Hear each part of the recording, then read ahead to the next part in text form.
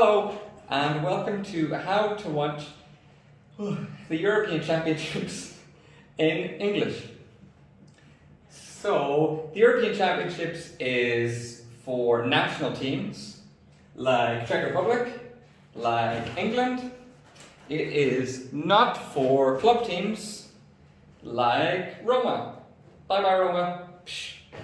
It's also not for Northern Ireland because we are very bad at football. I am actually the best player in Northern Ireland. And because we are very bad, we didn't qualify for this tournament. Okay, so very quick.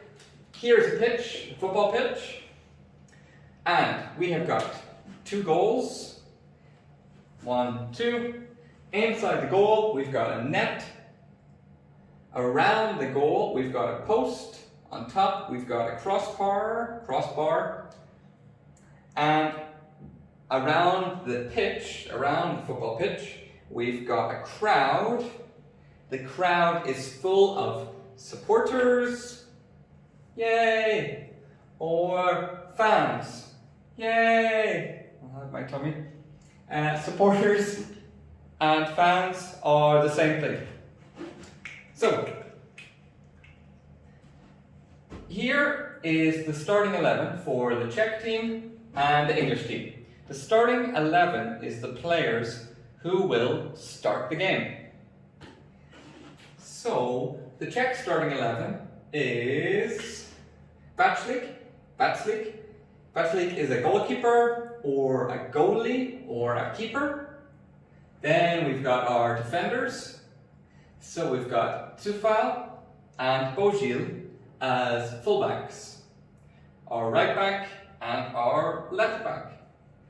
If they attack a lot, we can call them wing backs. In the centre, we've got our centre backs, Slushka and Kalas. Moving up, we've got our midfielders. So the Czech team has 3 midfielders, 3 central midfielders. They have Tomáš Souček, Darida and Král. Král is a holding midfielder, which means he's more defensive. Defensive midfielder. Darida is more attacking. He's a playmaker. That means he's good at passing. And Tomáš Souček is kind of a box-to-box midfielder. That means he goes up, he goes down. He's also a goal-scoring midfielder. He scores quite a lot of goals. Darida is the captain of the team. That means he is the boss on the pitch. Our forwards, we've got 2 wingers, left winger and right winger. We've got Yakto and Masipust. Wingers attack. When the team is more defensive, these are called left midfielder and right midfielder. And then up front, we've got Patrik Schick, who is a centre forward or a striker. Now we know our starting 11. What are some of the skills and responsibilities or jobs that these players have to do on the pitch? So, our goalkeeper. The goalkeeper's responsibility is to keep clean sheets. That means the other team can't score. So no goals, clean sheet. And the goalkeeper needs to have good reflexes.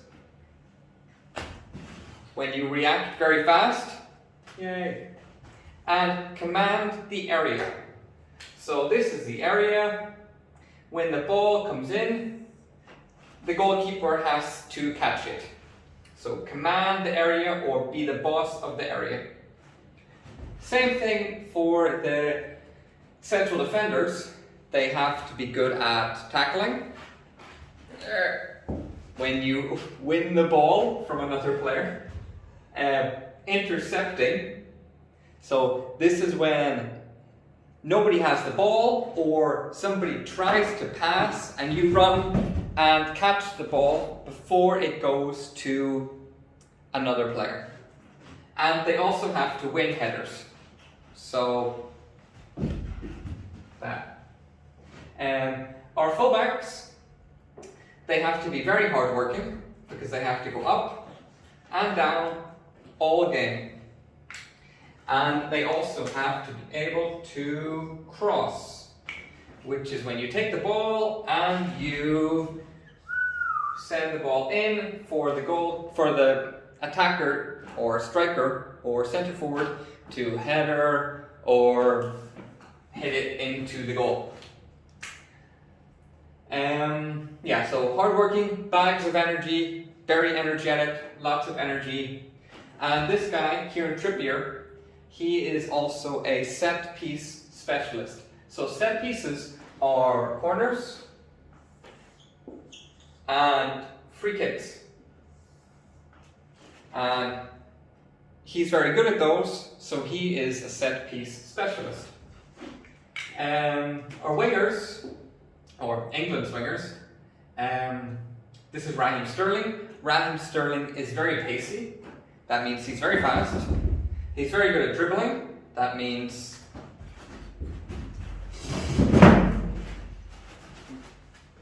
doing step overs and quick feet. And another thing that wingers often do is they dribble, dribble, dribble, and then they cut inside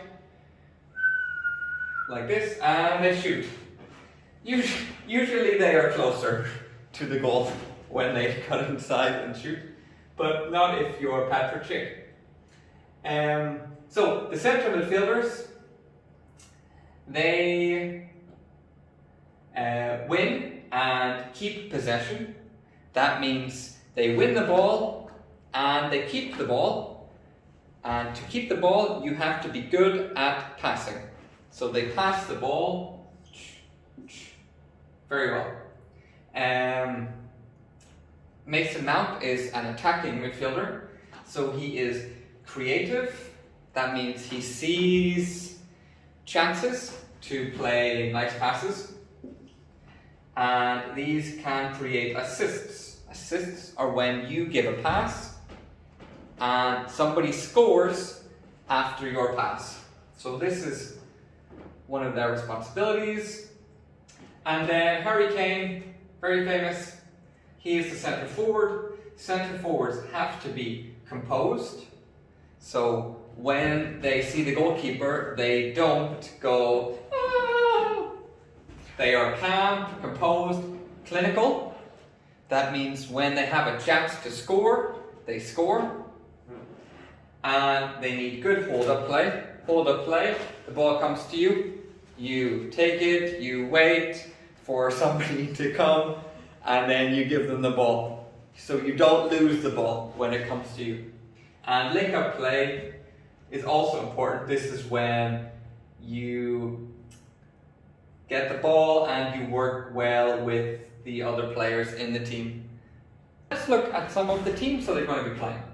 So we have kind of a ranking. We have the favourites.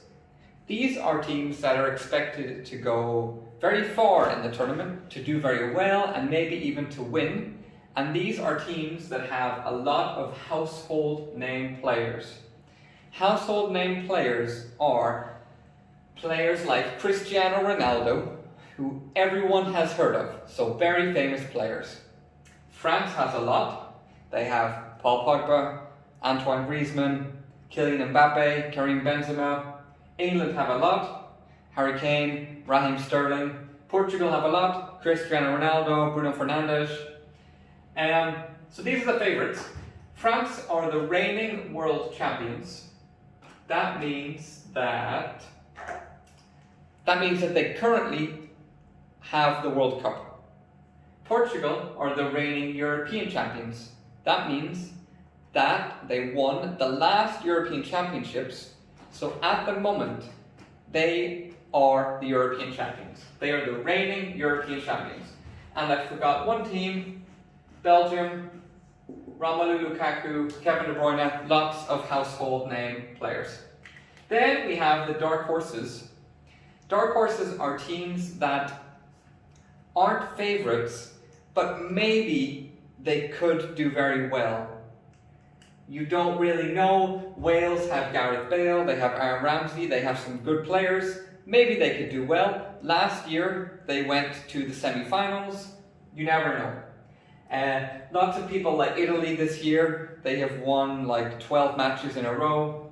Czech Republic are often dark horses. They often do very well in European Championships. They've won it in 1976. They were second in 1996. They reached the semi-finals in 2004. They do very well often. And then we have underdogs or unfancied teams. Slovakia. Slovakia don't really have any household name players, maybe like one or two. Poland have Robert Lewandowski, very famous, but there are other players, not so much. Hungary, pretty terrible. Their best player is injured. And then we have minnows. Minnows are teams that the favourites usually crush. Usually they beat the minnows like 5-0, something horrible. But North Macedonia qualified, which is amazing. And their best player is 37 years old, which is also amazing.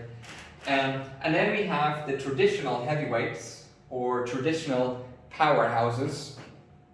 So these are the teams that traditionally are very, very strong. However, this year, people don't expect a lot from these teams. So Germany, they lost 6-0 to Spain a year ago.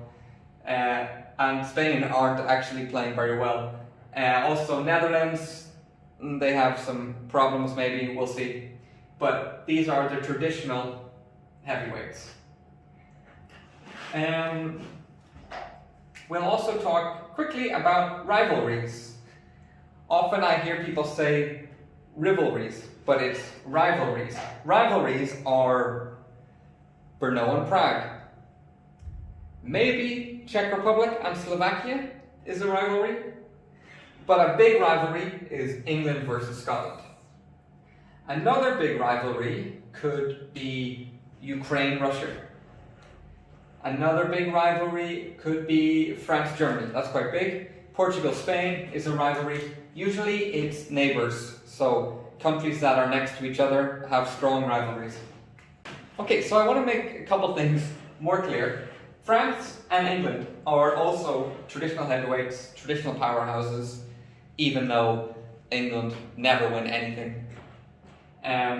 But I put Germany, Spain, Netherlands here because their form hasn't been very good. So recently they haven't been playing well. Netherlands lost 4-2 to Turkey.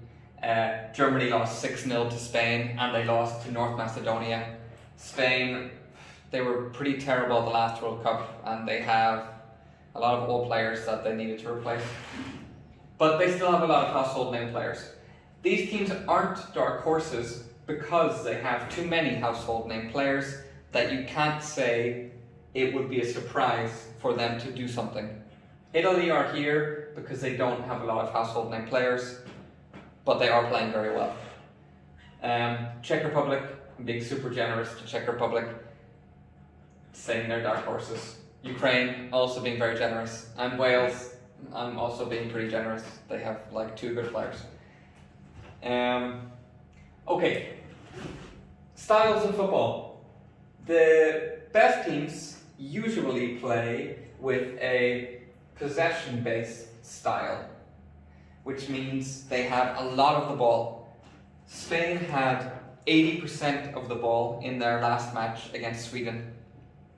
They didn't score, but they had a lot of the ball. So they're very good at keeping the ball, and they press very high. That means their defenders are like here.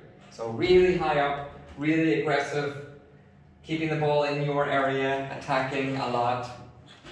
These underdogs or unfancied teams and the minnows, they usually sit deep. They defend for their lives.